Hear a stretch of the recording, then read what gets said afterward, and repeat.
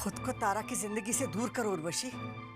बहुत दखल दे चुकी, अब और नहीं। तारा, सिर्फ तारा की परवाह है आपको मासा? हमारी तो कोई जिंदगी है ही नहीं जैसे। तुमने इस जिंदगी की कदर की होती तो शायद तुम संभल गई होती। इस घर में अगर कोई सही है तो वो है तारा, और अगर कोई गलत है तो वो है हम। मासा डोंट माइंड, लेकिन आपने और जीसा ने कोई कसर नहीं छोड़ी हमारी जिंदगी बर्बाद करने में। ऐसा नहीं है, हमारे प्यार ने तो। बस मासा, आपका प्यार तो हम समझ गए। आप और जीसा हमें कितना प्यार करते हैं ये तो जीसा ने अपने विल में ही साबित कर दिया। डोंट माइंड मासा, लेकिन आप और जीसा ने जो कुछ भी किया है ना हमारे लिए, वो तो शायद कोई दुश्मन भी ना करे किसी के लिए।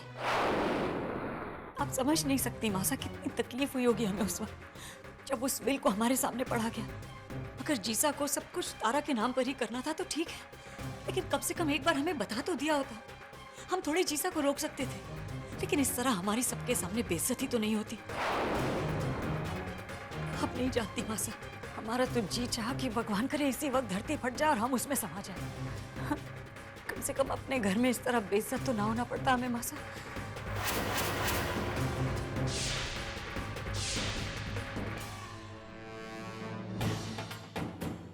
जीसा कुछ कहना चाहते थे मुझसे, मगर क्या? और जीजी ने झूठ क्यों कहा? जीजी को देखते ही किसी बच्चे की तरह कैसे सहम गए थे जीसा। जो कहना चाहते थे कह नहीं पाए। क्या था उनके मन में? कौन सी बात है जो जीजी नहीं चाहती कि मुझे पता चले? ऐसा कौन सा राज है जिसके खुलने से जीजी को डर है? इन सवालों के जवाब कौन देगा मुझे?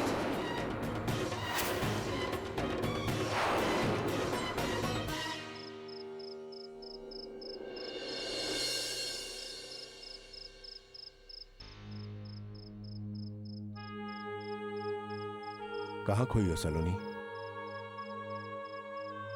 भाभी सा की चिंता हो रही है। पहले मैं घर पे रहकर उनका ध्यान रख लेती थी, लेकिन अब मेरे भी काम पर लग जाने की वजह से भाभी सा एकदम अकेली हो गई है।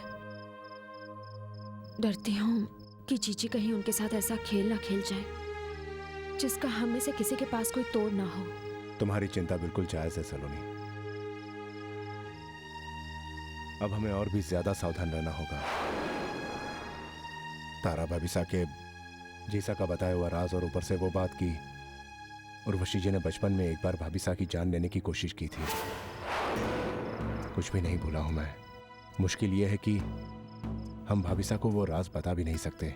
बिल्कुल नहीं, वरना भाभीसा एकदम टूट जाएगी। भाभीसा की पहचान सिर्फ भाईसा की पत्नी के रूप में नहीं है, जीसा की बेटी के रूप में भी है।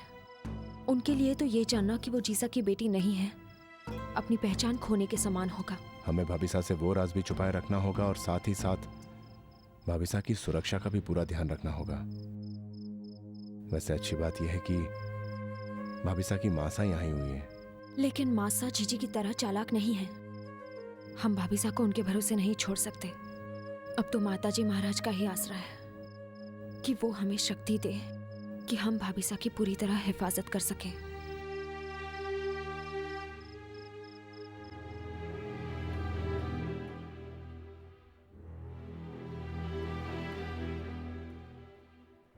मासा,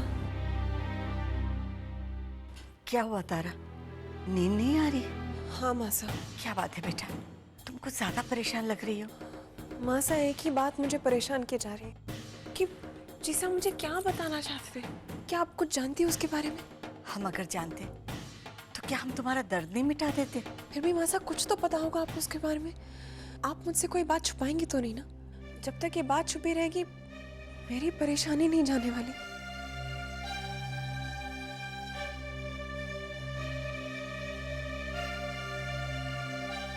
ठाकुर साहब जो तुमसे बताने वाले थे वो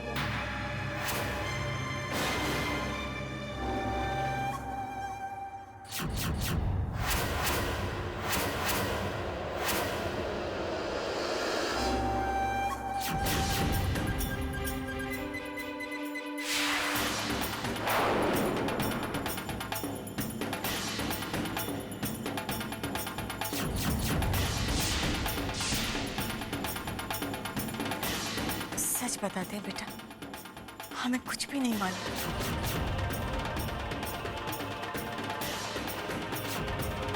तारा, क्या बात है, सोई नहीं अभी तक? नींद नहीं आ रही?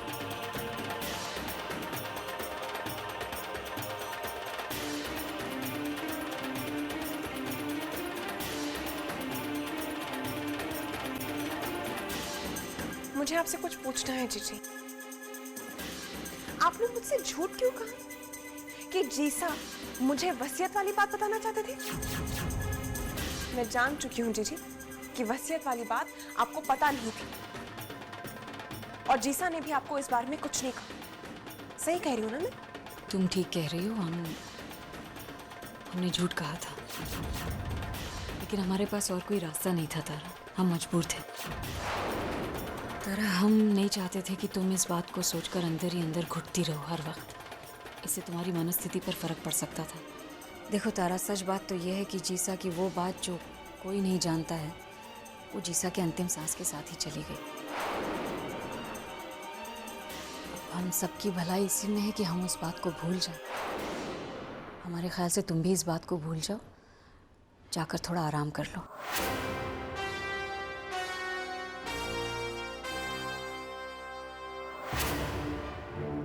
थैंक यू मासा, जो आप चुप रही, वरना आप जानती हैं कि हम क्या कर सकते हैं। और मासा, डोंट माइंड, अगर हमें कोई भी तकलीफ पहुंची तो वो तकलीफ तारा के बच्चे को भी हो सकती है। इसलिए हम सबकी भलाई इसी में है कि आप चुप रहें।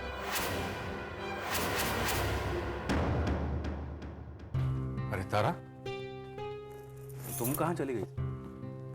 मासा से कुछ बातें कर रही थी। ब्रजेश, सुनिए ना, मुझे आपसे कुछ कहना है। भाई, मुझसे कुछ कहने के लिए तुम्हें पूछने की जरूरत कब से पड़ने लग गई है? आपको याद है जीजी ने हमसे ये कहा था कि जीसा मुझे सिर्फ ये कहना चाहते थे कि वो क्या वसीयत करने जा रहे हैं, और मुझसे नहीं कह पाए, तो वही बात उन्होंने जीजी को पता थी। जीजी ने झूठ कहा था। मैंने मासा की और उनकी बातचीत सुनी। जीजी को नहीं पता था कि जीसा अपनी वसीयत में क्या लिखने जा रहे हैं। इसका मतलब जीजी ने मुझसे झूठ बोला। क्यों झूठ बोला? मुझे समझ नहीं आ रहा, ऐसा क्यों किया उन्होंने? जीसा मुझसे क्या कहना चाहते थे? कमाल है तारा, ये सवाल तुम मुझसे क्यों पूछ रही हो? भला मैं तुम्हें कैसे बता सकता हूँ कि तुम्हारे जीसा तुमसे क्या कहना चाहते थे?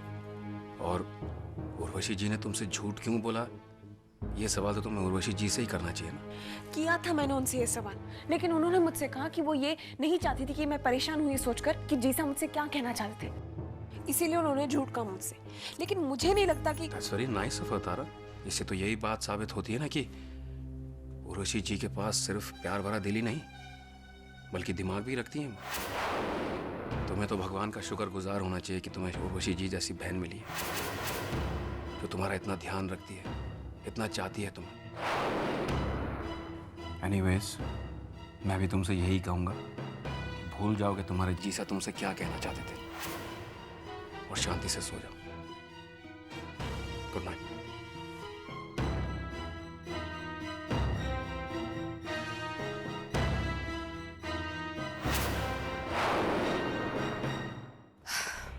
क्या बताऊं आपको कि शुभ्रा अपने ससुराल में कैसी जिंदगी जी रही है। ना पति का प्यार, ना सास की ममता। जीना ऐसे थोड़ी ना कहते हैं। बस यूं समझिए कि वो उस नरक में अपने दिन काट रही है।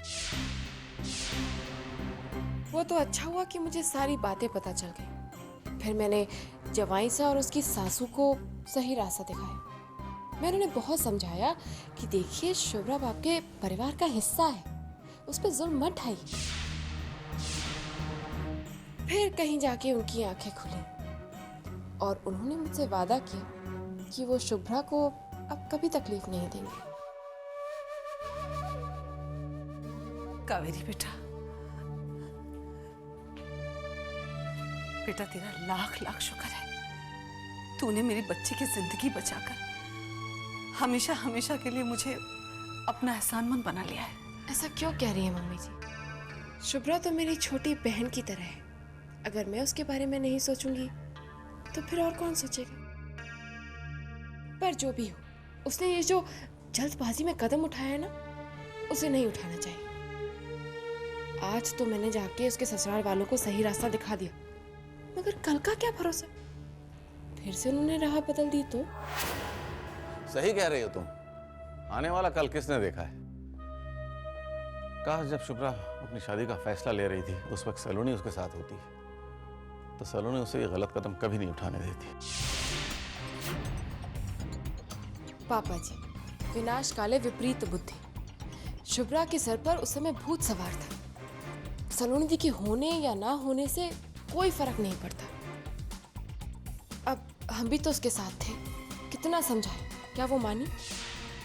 जब हमारी बात उसने नहीं मानी तो फिर वो सलोनी दी की बात क्या मानेगी?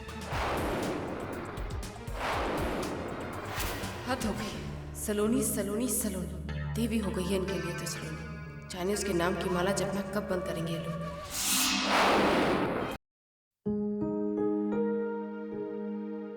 क्या है ये? ये ऑफर है कि क्या मैं आपकी कुछ मदद कर सकता हूँ? माफ कीजिएगा, मदद की पेशकश का ये तरीका हमें बिल्कुल पसंद आया।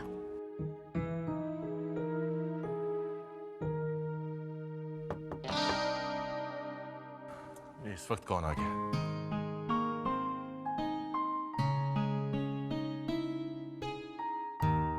एक मिनट नार साहब, ऑफिशियल काम था। सलोनी जी, मैंने एक धुन फाइनल की है, सुनो जरा, मिलके फाइन ट्यून करते, ओके?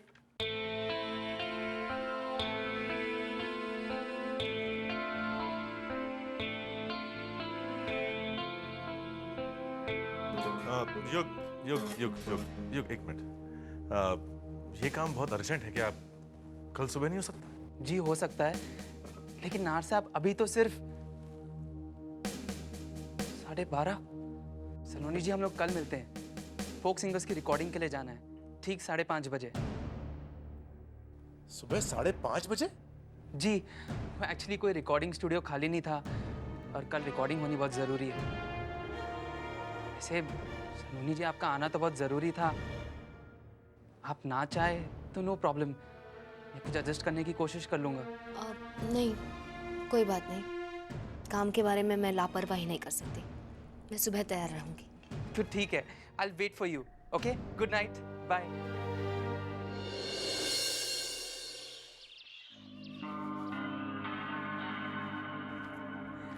सलोनी जी, आपने मेरी बाइक पर आने के लिए मना किया था, तो अब मैं आपके लिए कंपनी की गाड़ी ले आया हूँ। उम्मीद है सलोनी जी, अब आपको कोई तकलीफ नहीं होगी। माफ करना युग, मैं तुम्हारे साथ ऑफिस नहीं आ सकती। घर में कुछ जरूरी काम आ गया है। सलोनी, घर में जो जरूरी काम आ गया है उसका ख्याल रख लिया जाएगा, तुम चिंता मत करो। तुम युग के साथ जाओ। लेकिन सलोनी, तुम एक पत्नी के साथ साथ एक वर्किंग वुमन भी हो, वहां भी कुछ जिम्मेदारियां हैं जिन्हें तुम्हें पूरा करना है। जाओ। चलो, बाय। Take care.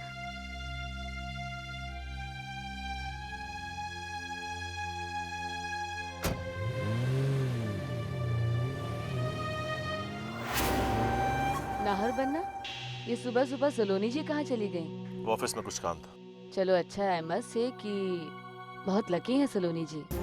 बल्कि सलोनी जी क्या, इस घर की दोनों बहुएं बहुत लकी हैं जो उन्हें इतने भरोसे करने वाले पति मिले। भगवान करे इस भरोसे को नजर ना लग जाए।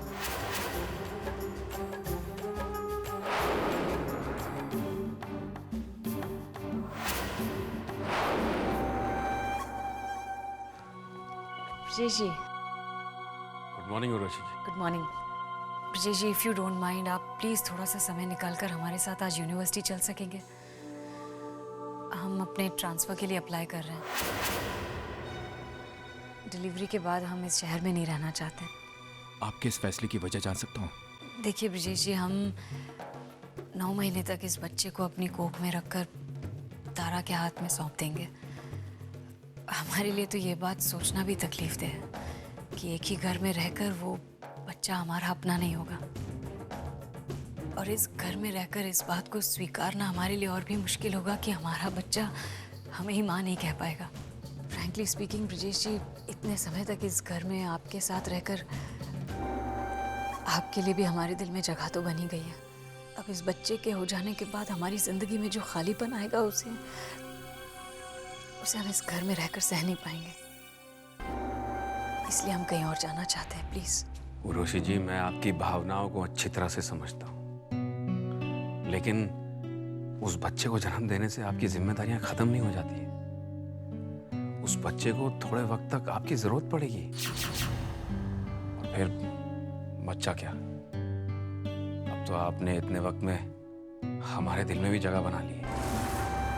मैं आपको अपने से अलग होने की इजाजत नहीं दे सकता। आप यहीं रहेंगी। हमारे और आपके जाने से क्या होता है? हम इस घर में रहेंगे तो आपके परिवार वालों को इस बात से तकलीफ होगी, और हम नहीं चाहते ब्रिजेश जी कि हम आपके लिए किसी भी परेशानी का कारण बने।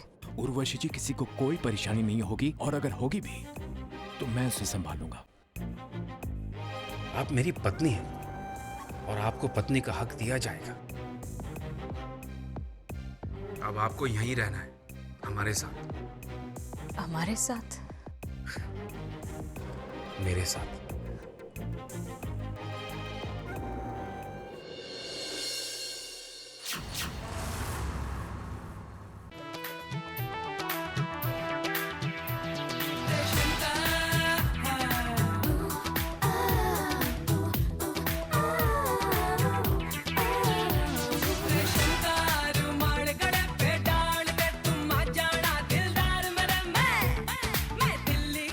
लो सा, भोलेनाथ जी का प्रसाद है। नहीं, थैंक यू।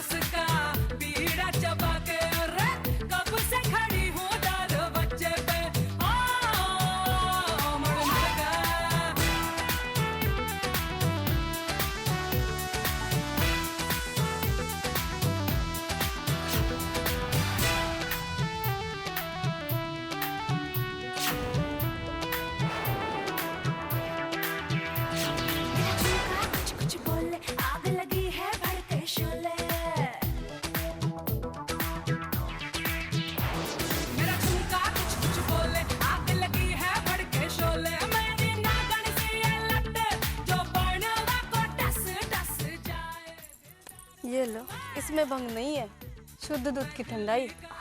नहीं, नहीं चाहिए। अजी लो ना, दिन भर से काम कर रही हो। नहीं, मैं नहीं पीती। या छोटे लोगों के हाथ से पीती नहीं? अरे नहीं, ऐसी कोई बात। तो लीजिए।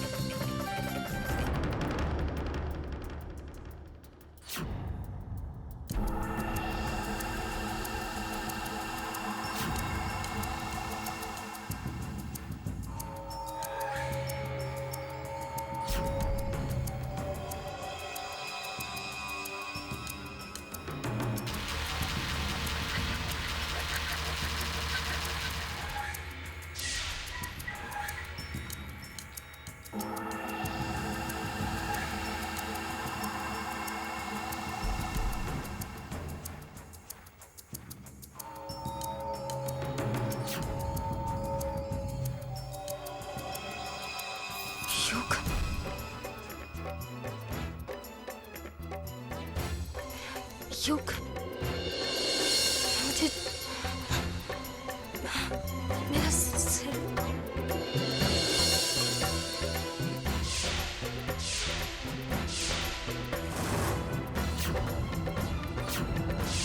युग मुझे